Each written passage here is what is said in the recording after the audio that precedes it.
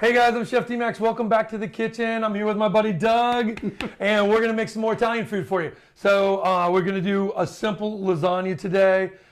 If you guys are not following me already, click that subscribe button and give me a thumbs up, and for sure ring that bell so I can let you guys know all the cool things I have coming up. So I'll see you back in a second.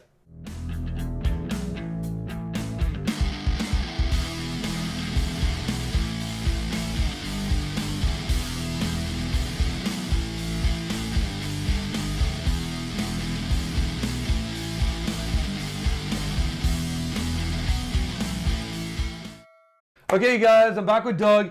Doug and I, we're roommates in college. We cooked a lot of Italian food together. I used to live in Florence, and he would come visit. And he grew up in New York his whole life in the city and around Italian culture, right? Your whole family is Italian and Irish, right? And so you just have a lot of these great homey recipes that I love. And so I was like, I gotta have Doug come in and show me how he makes his lasagna. So today we're making lasagna. So let's talk about the components a little bit and tell me about what you put in there. First, about lasagna, it's a classic comfort food, Southern Italian, and it's kind of the perfect thing when you're having a gathering because it feeds a lot of people, and you can make it beforehand, and you can never go wrong with it. People love it. Kids love it. Adults love it. Everybody loves lasagna, right? They do. And it's one of those things that's easy to bring. It's one pan. You can get there, throw it in the oven. It actually is better made the day before and then it sits overnight, right? Right, and it's great leftover as well. Exactly. So people are always fighting for the leftovers for lasagna. Yep. So in terms of components, we have obviously the lasagna noodles, and I use pecorino romano. That's my favorite. Yeah, pecorino romano. You can use parmesan as well. A good ricotta, basil, fresh basil, and then shredded mozzarella. Yeah, so it's very simple, and then we have our tomato sauce here. So let's talk quickly about the pasta noodle, and letting them know. I mean, one of the things, we've already done it here because it's kind of an easy thing to do, but there are things you need to know, right? Like you have to have a big pot with plenty of water. Plenty of water, because the noodles are long, obviously. Yeah. And you want to get them all in the water. And they want to be like swimming around in there, right? So there's got to be plenty of room. You don't want to have a little pot, pack all the noodles in there. You can't rotate them enough, and they're not cooking evenly. So big pot of water, salted water, a little olive oil in it, right? And then you throw the noodles in, cook them for the time it says on your box. I wouldn't get the pre. Do you like getting the pre ones? I don't. I never get the pre-cooked either. I really don't like those. I think the texture of the noodle is important, right? Yeah. So I find the pre-made ones a little bit mushy. Yeah. For me. And so a mushy noodle like that totally ruins your lasagna. Right. You're making something that's super simple, so let's just make those things great. Those simple things, right? And one thing I will say, when you're cooking the lasagna, you have to tend to it. You have to watch it. Yeah. And stir it very gently, making sure they're not sticking together. Or sticking on the bottom, right? Yeah, or sticking on the bottom. So you have to watch the noodles for sure. So we've watched these nicely, took them out, chilled them off, and you can see you've dried them really well. That's another key, right? You pat them down with either a clean dishcloth or some paper towel. Yeah, you don't want to put your wet noodle into the thing. It has to be sticky a little bit. So that's perfect. So we've got that. The other major component that you're going to have to make is a tomato sauce. Now here, this is my Wagyu Bolognese, which you can click up here and see how we make the Wagyu Bolognese. And I always keep that in the fridge or frozen. I have a quart container that I keep frozen in my freezer that I can just pull out when I want to make something like this, but I don't want to do all of the tedious work to put everything together. Now you could use a really good store-bought sauce. I know you live in the city, so you have these like Italian grocers that have amazing sauces, right? Right. So almost as good as you can make. They're probably homemade that they're making, and they're in big bulges, right? So for you guys, if you live in a city or you live in a place where you've got these Italian groceries and you want to buy that as a backup, you can. If you have a really favorite jarred sauce, you can do that. Or you can make I've made this bolognese here, which is just simply canned marzanos with I use Wagyu actually in mine, Wagyu ground meat. I use a little carrot, onion, garlic in there as well, and a little sugar. Put it in for sweetness. What do you when you're making your classic sauce, simple sauce like this? What do you have in yours? Good either chopped or peeled tomatoes, San Marzano. Yeah. Usually. salt and pepper, the sugar you mentioned to cut the acidity of the tomato, whatever fresh herb, basil, parsley, and that's about it. And real true Italians like you guys always have sauce in the fridge. Anyway. There's always, there's an old wives' tale. We'll say that, like for my mother, she said she had the first sauce from when she was just married, because it always goes into the refrigerator with meatballs, and then you just add to that. So it's like forever. Forever, Yeah. the sauce just keeps getting added to. Yeah, it's cool. A lot of cultures have these kind of continual food thing that gets carried on every day and never goes away. It's kind of cool. All right, so let's do this. Let's move these noodles over here, and we're going to show you guys how to assemble, because that's really, this is really basic dish, but there's like little small components. So let me actually want to pull the ricotta up, and we'll get that going. So this ricotta is very creamy.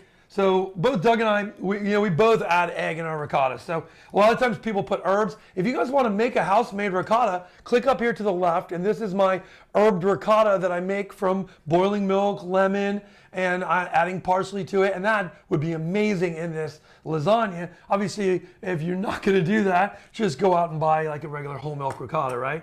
And then we're going to add egg in this, right? Yeah, well, a store-bought ricotta can be a little stiff. Right. So the consistency, so I find that blending in, like we're using 2 eggs here, makes it a little creamier, also easier to spread on the noodles. Right. So we're going to mix that up. Do you want me to put a little salt and pepper in that? Yeah, sure. Okay. Just a bit. Yeah, so I just like to put I love a little cracked pepper in there. That's nice. And then we'll put a little bit of pink salt right here. Okay. And we Or have a sea very salt. nice consistency on the ricotta now, and it'll be easy to spread on the noodles, as I said. Yeah, that's a key component, So, right? yes. So I'll give you this, and you can use this to spread with, okay? Right. And then So we'll move this in the center here, and then we'll go ahead and start working on this. So first thing you put sauce, right? The Yeah. base is Okay, that's a me nice- too. a good, a generous amount of sauce on the bottom. Yeah, you don't want like a, you don't want to go light, right? We both talked about this. There's different types of lasagna. Now, some people make a lasagna very dry and tight, so it's like when you get it, it's like a stiff brick and there's barely anything in between the layers. It's more pasta than it is anything else, right? And so for us, we like wet, right? So Yeah, I definitely like a wetter lasagna. yeah, nice and just saucy and cheesy, right? And I think a lot of people like it like that too. I always get compliments on mine. I know you get compliments on yours. So that's big. Is that enough for you? That's plenty. Okay. Yeah. So you're going to go ahead and layer these in? I'm going to start layering. And you got to pick a pan too, obviously that fits your noodles, right? Right. Your noodle size. So rather than doing these giant pans, you're better off doing 2 of these like smaller pans, right? And yeah, this pan is actually the perfect size for the noodles because they're fitting just right, So you've got like 3 layers there. Yeah. I'm going to do a 4th. Okay, 4, I'm sorry. Right. Four noodles. And then the noodles. first thing we're going to do is we're going to spread our ricotta. Yeah. And see now, like I said about the consistency, you can spread this easily. Yeah, you if can. I used it right out of the container, it would be kind of hard to spread. So that added egg, it just makes it easier. Yeah, and gives a richness to a flavor, Yes, right? So it's absolutely. really nice. And it'll tend to like firm up too, like because it has there's the proteins in there when they cook, it makes things firm too. So it helps to bring it together. So you just want to spread it around. You want to make get it sure everywhere, you're right? covering it. Yeah. I mean, you don't have to go crazy because you're going to add the mozzarella to it as Okay. well. So do you want me to put some mozzarella on the top of let's this? put some mozzarella. So here we've got some grated mozzarella, hand grated, okay? In this one, you don't need to use like a really expensive buffalo mozzarella. You want to use, you can use regular like whole milk mozzarella is nice. We definitely don't prefer using, and I should say, I don't know if you, I doubt you do too, prefer using like an already grated mozzarella. Right. Because sometimes they're putting stuff on there to keep it from rebinding, Right, right. and like, I don't know if they're putting Preservative type thing. preservatives and things like that. So just get a big block of mozzarella and grate it yourself. Unless you're feeling really lazy. Yeah, Right? if you're feeling lazy, you're gonna just boom, All this can come out of a can in a jar, but it's not going to be as good as if you do a little work. Right. All right, so now we're going to put... I'm going to do sauce next. Are you before pecorino romano? Yeah, that's the last on the top. Okay, Yeah. so you do a little sauce. All right. Do you do a nice thick layer of sauce? Yeah. Okay. And some might say, well, do you really need all these varieties of cheese? But they're all giving you something different. Right. You know? Yeah, because you even us, we used a mix of pecorino romano and Parmesan, right? Because Parmesan is a little bit creamier because it's made from cow's milk. You know, you've got pecorino's made from sheep's milk. It's saltier and dry. And that's giving you a little salt to the lasagna. Exactly. It's going to add a lot of salt. Which, if you didn't add the pecorino or the Parmesan, it could be a little bland, I find. So. No, totally. All right, that's good. That's good? Yeah. Okay. And then you're just going to sprinkle, you know. Yeah, you sprinkle that on. Just like that. It's almost like a seasoning of this one. Because we have the creamy cheesy mozzarella that we put a good amount of. And then this is going to add saltiness and the beautiful aged flavor of Parmesans. But use a good Parmesan. Use a good pecorino, a real Italian pecorino, a real Italian Parmesan from Reggiano, and hand grate it yourself. Don't buy that stuff pre-grated. Now, we're going to layer in a few like torn basil leaves, right?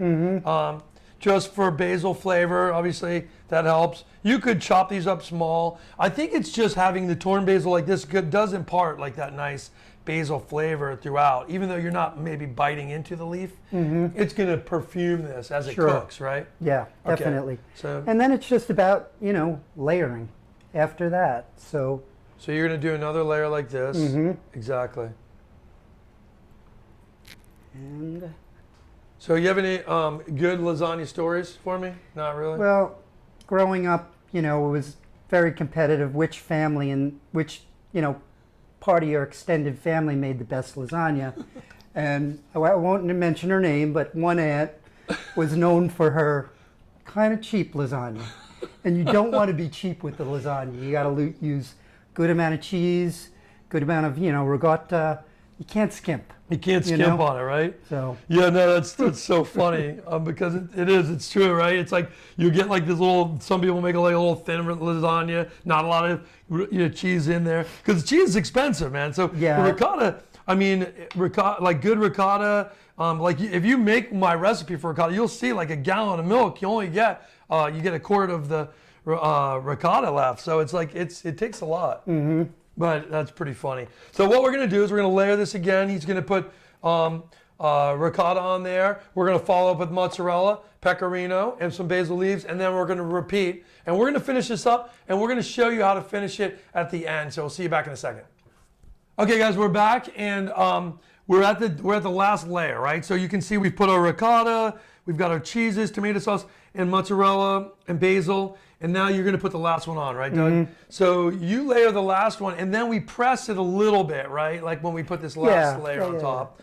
While we just have the noodles, this is where you kind of want to, you know, you don't need to press it down like and firm it completely, right? You're just tucking it in, so to speak, right? Like this. one thing, well, when it goes in the oven, I would recommend as well, because you kind of will have some liquid in here. Right. Sometimes I'll put a sheet pan, right? Yeah, I put a sheet pan under the lasagna. Yeah, totally. So with this, you want to finish, we don't finish the last layer with ricotta, right? No. So normally you're going to put the ricotta on now and then the tomato sauce, but we're not going to do that because the last top layer doesn't really need it. The last top layer just needs kind of, you know, a nice bit of sauce. A nice bit of sauce, right? So we got the last bit of our sauce here. We're going to come and kind of press this around. And then your mozzarella, which is going to melt nicely, you know. Yeah.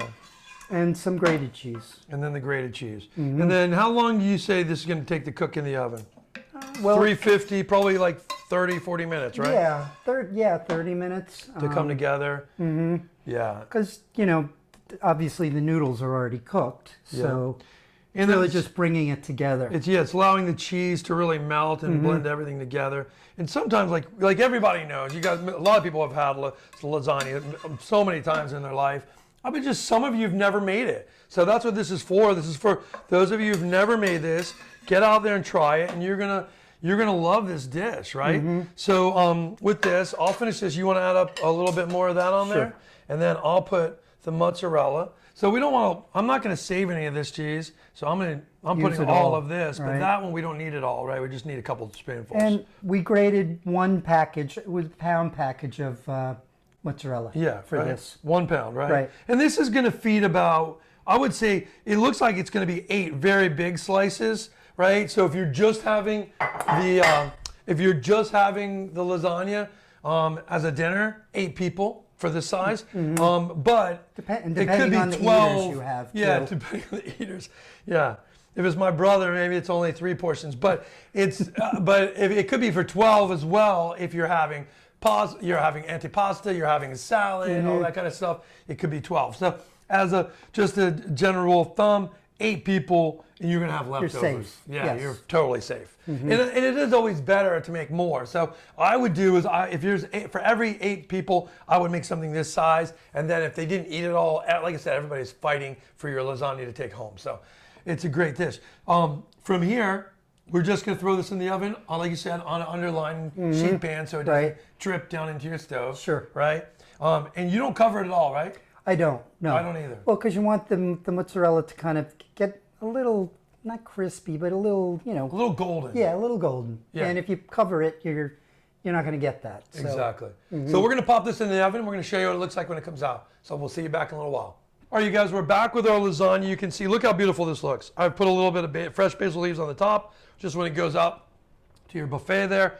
You want to kind of let it sit for a second after it comes out to kind of cool a little, right? For sure, yeah.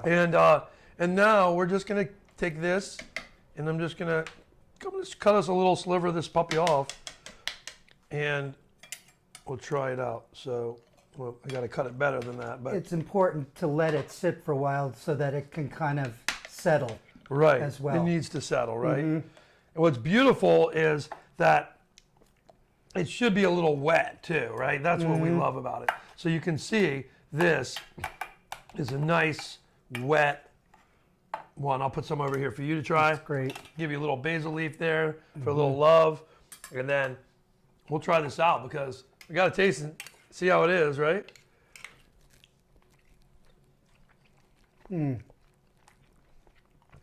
Super good. Really nice. Yeah. I mean, there's something that puts a smile on your face when you eat lasagna, you know? You bring this to people's houses, and you will be invited back every time, right? Absolutely. It's home cooking. The best. Wow. Noodles are nice and al dente. They're cooked perfectly, right? And cheesiness. It's not ultra dry.